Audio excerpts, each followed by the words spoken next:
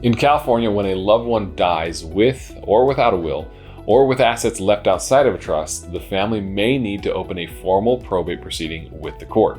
However, depending on the circumstances, a full probate may not be the only option. I'm Daniel Hunt, a certified specialist in estate planning, trust, and probate law. And in this video, I'll share 3 cheaper, faster alternatives to probate.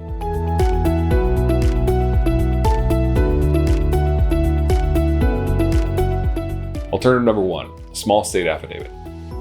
Small estates can often avoid probate with a small estate affidavit. What's considered a small estate in California?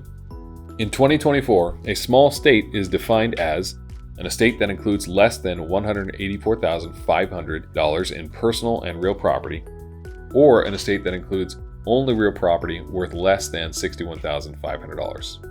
If the estate contains no real property and the whole value of the personal property, including cash assets, is under the $184,500 threshold, then the estate's personal representative can use a small estate affidavit to claim the property without a court proceeding. If the estate does include real property, then the personal representative will need to file a small estate affidavit with the probate court and attend a hearing for court approval of the small estate affidavit. Assets can be distributed under a small estate affidavit after 40 days have passed since the decedent's passing. Compare that with waiting 9 to 18 months required in an average California probate before assets can be distributed.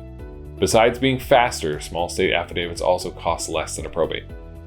Costs include a $45 filing fee, a probate referee of 0.1% of the appraised value of the assets, and an attorney fee of around $500 to $1,000. Alternative number 2, spousal property petition.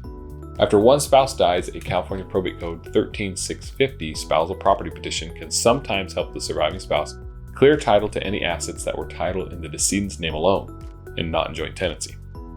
It can also clear title to real property that was held as community property but without the key phrase "with right of survivorship." In general, this petition will describe any property already passing to the surviving spouse, propose that the assets in question also pass to the surviving spouse as community property, lay out facts supporting this proposition, identify heirs who are entitled to notice, and provide a copy of any written agreement between the spouses pertaining to the property, and also provide a copy of the will, if any.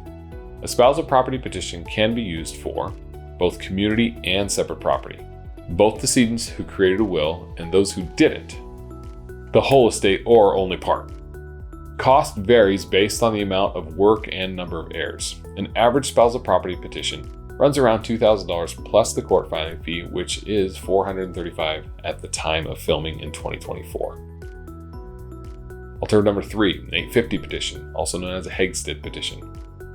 Probate Code 850 petition offers a third alternative to a full probate court proceeding when a decedent failed to properly transfer a sizable asset into trust, like real property or bank or investment account.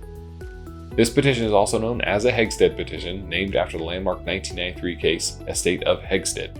In this case, Halvardale Heggstad had neglected to transfer his part ownership in a piece of real estate into his revocable living trust.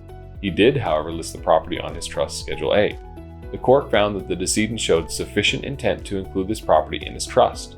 The judge ruled that the property should be included in the trust estate and not go to the decedent's wife, who he had married shortly before his death. Today, if a large asset is left outside of a trust, an experienced probate attorney may be able to file a Heggstad petition with the local probate court and request that the asset be included in the trust estate. If the court grants the petition, you'll save significant time and money compared with a full-blown probate proceeding. The cost for a Heggstad petition includes a filing fee of $435 in 2024, plus around $2,500 to $4,000 in attorney's fees. Finding the best strategy for your unique circumstances requires knowledge of the law and experience working with the probate court. We recommend seeking legal counsel from a skilled probate lawyer who can guide you to the best fit for your personal situation. If you have any questions about this topic, feel free to contact our law firm. Thanks.